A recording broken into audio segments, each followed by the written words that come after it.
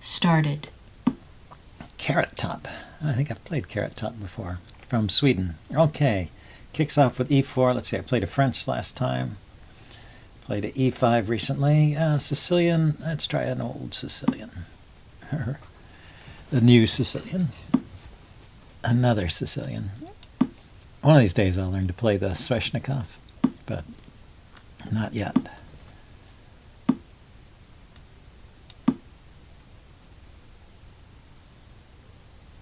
Okay, this is the wrong move actually.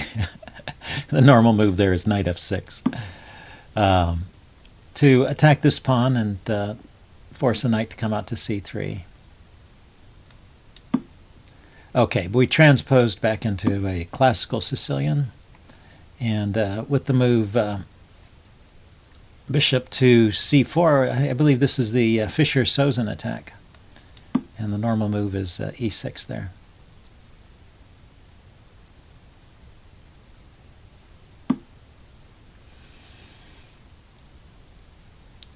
Okay, a lot of times that bishop can come out to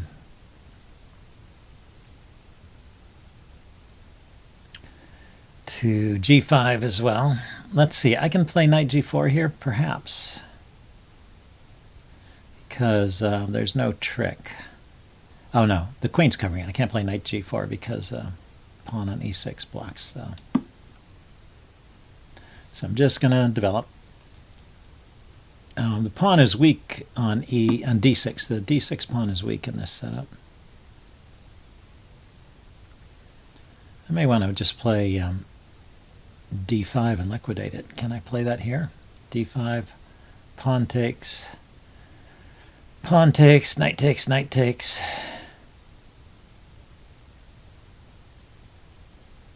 Bishop takes, queen takes, and then does this knight have a discovery? Knight here. But he could do it in a different order. I could go here, and then he could take the knight first. I take back, and then he could take the pawn. And he's got 3 attackers, and I only have 2 defenders.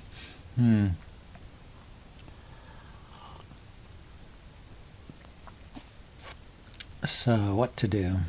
How about let's start going with the a6 b5 plan. You have to watch out. I've had a lot of games won by opponents that just play a6 and then b5 automatically without bothering to defend the knight on c6. But you do have to defend it. The other point of a6 is that it keeps a knight from showing up on this square, which would harass the queen and also attack the d6 pawn. Okay, so I moved the bishop immediately. So now I can castle, and if he brings a rook to the d file, I can bring a rook to the d file.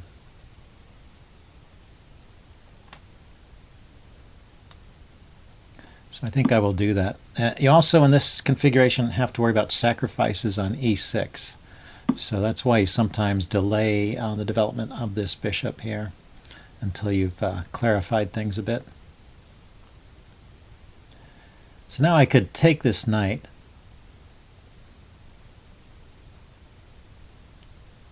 and if he takes back with the queen, this is adequately defended.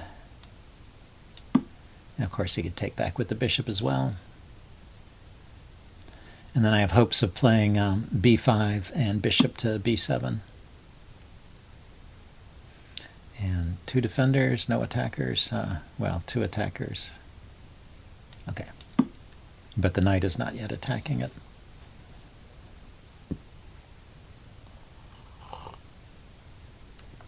So I may be okay. Yeah, so he's going to launch his kingside attack immediately. That's probably a good plan.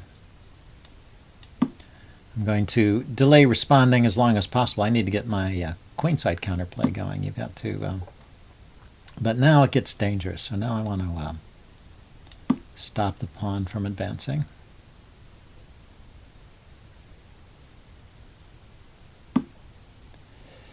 And now I want to consider different options here. E5 is a move, shutting down this diagonal, but the bishop could come over here and sack on h6 possibly.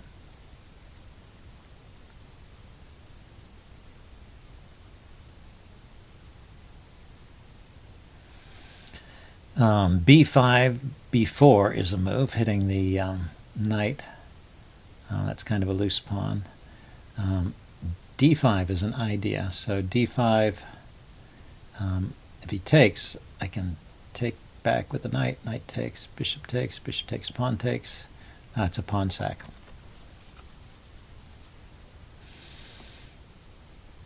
Let's see. Okay, so is he immediately threatening to push another pawn? I guess he is threatening to play G5 here. So let's slow that down. How about?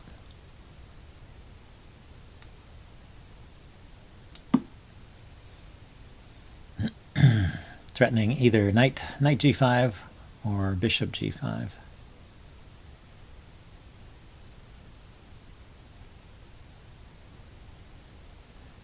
Bishop G5, which looks good for the skewer. He has F4 blocking it.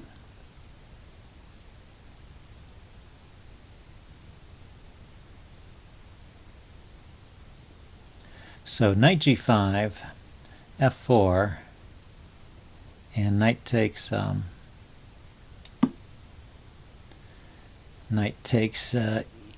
if he plays F4.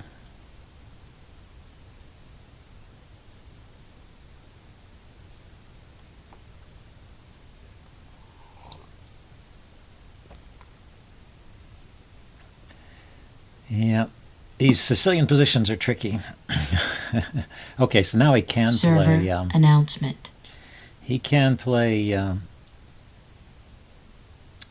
F4, and so maybe I should stop it by playing E5. This almost traps the bishop, but he has the square B6 here for the bishop.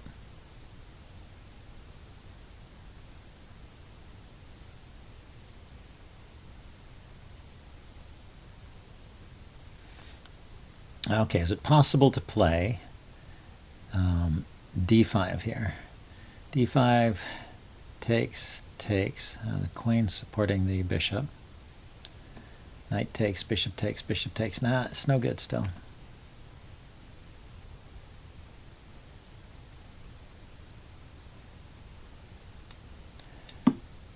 Maybe I should just continue to harass his pieces here.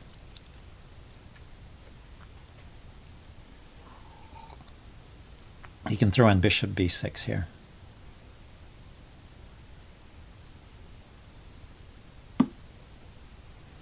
Or now he's got knight B6 as an idea. Yeah, that was probably a good move. So what can I do about this B6 square?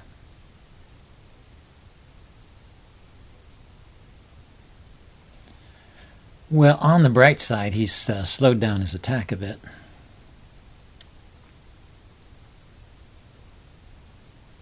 How about bishop F6? Trade, pawn takes. I've got weak pawns over here. Yeah, maybe not so good. Okay, let's put my queen on the light square immediately. Not waiting to be asked.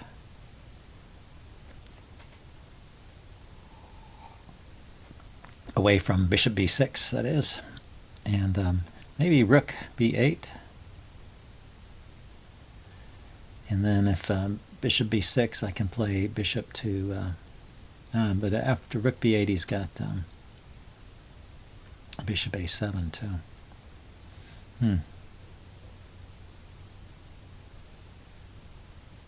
Complicated position.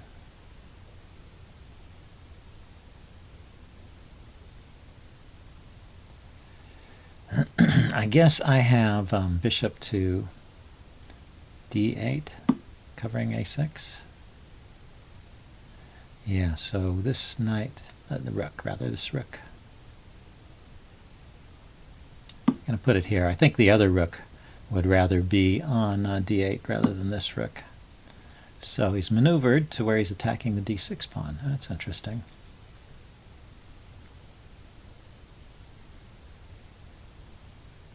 So now if I play D5,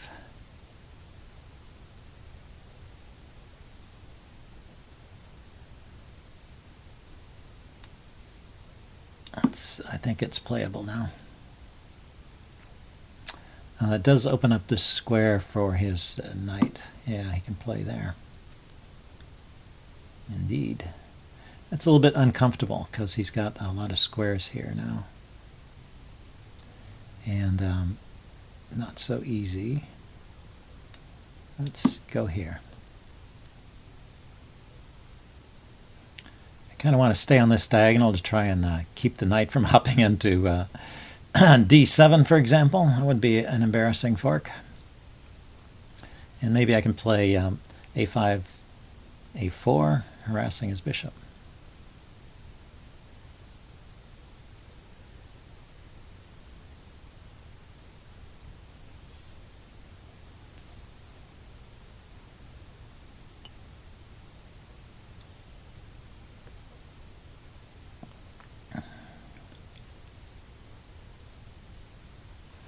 And I still have, if f4, I can still take on e4.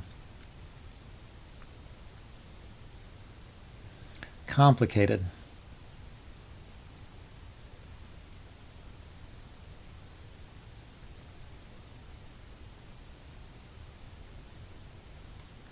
And maybe I'm also threatening to take on e4 with the pawn.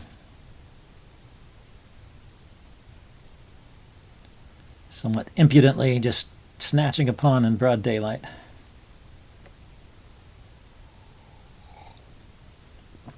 But it might be a better plan than this somewhat slow plan. So he decides to strike. Try and break things up. So I can take en passant. He can recapture with the pawn, the bishop, or the queen. Let's take.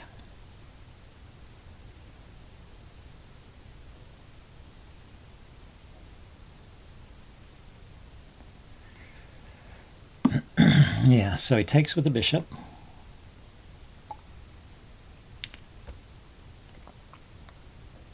Okay, so he's no longer threatening b6. Let's now if I take here,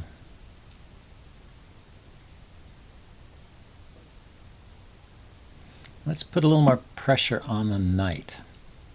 What I'm thinking is I can take, and that unveils an attack against the knight, which is only defended by the bishop.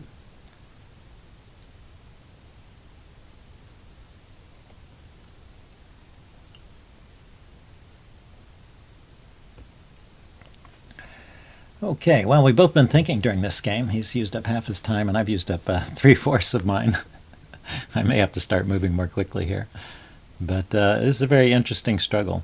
I'll be curious to look at this in the postmortem and see who was really better at these various times. Sometimes there's like a deep tactic you miss in the middle, and one side is just clearly winning. Tough to find. But it's not always there too, so you have to use your time judiciously in these games. You have your budget of time, and you got to spend it appropriately.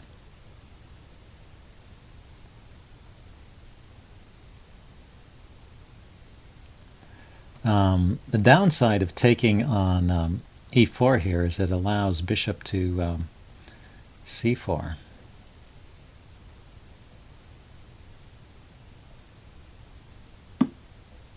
So he decided to take. Okay, so my plan here was to take with the bishop. So if bishop takes, then pawn takes, and the queen's defending from the side. And maybe I've got a slightly looser pawn structure here. His bishop is loose. Not quite. The queen's defending it. If I could somehow distract the bishop, there's actually a mate on b2 there. But unfortunately, say bishop takes knight doesn't work because of you can just take. But I can increase the pressure on the knight, right? Knight here, here, here, here. Still possible.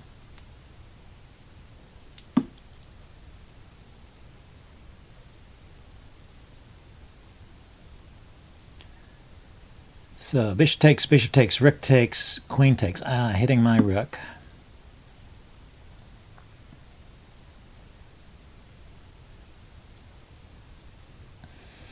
So I'm also thinking about the move D4. So after D4 he should take. He can take with the queen, but then I grab the knight. He could take with the bishop. And then I grab the knight. Bishop takes. Queen takes. Yeah, doesn't that... I've got 3 attackers and he's only got 2 defenders on the knight. So doesn't that actually win something?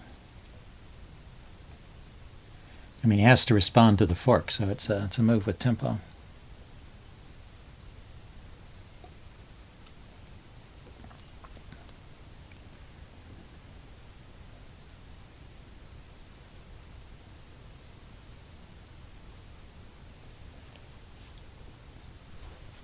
There are some things he could try. Oh no, I guess he has to move the queen at least. So this move comes with the tempo. That's nice.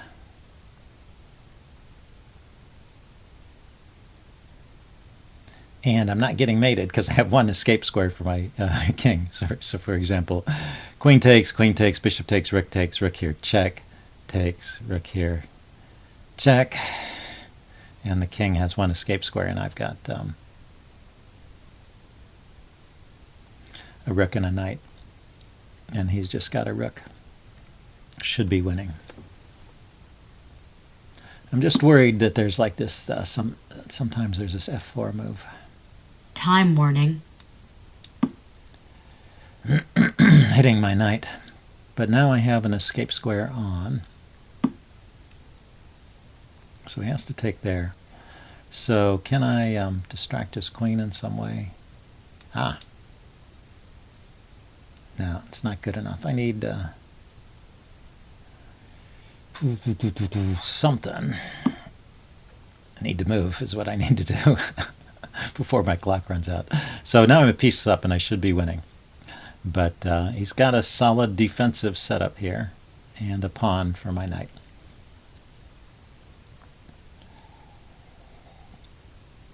So mainly I have to move judiciously and not give away my advantage. Oh, I really want to get to a square like this one, but maybe here and here, hitting b2 is an idea. So knight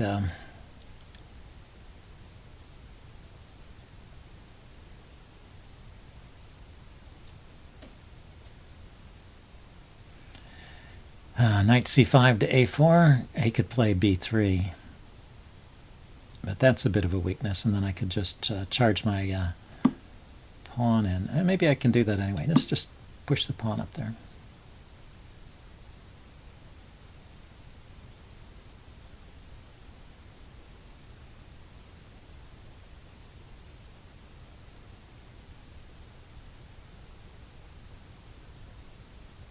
Yeah, I probably should have just taken his queen off.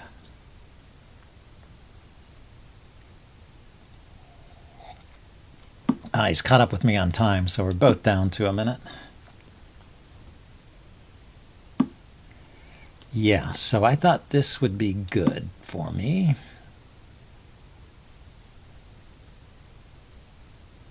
Just getting rid of the pawn cover in front of the king. Okay, I can take and then take here.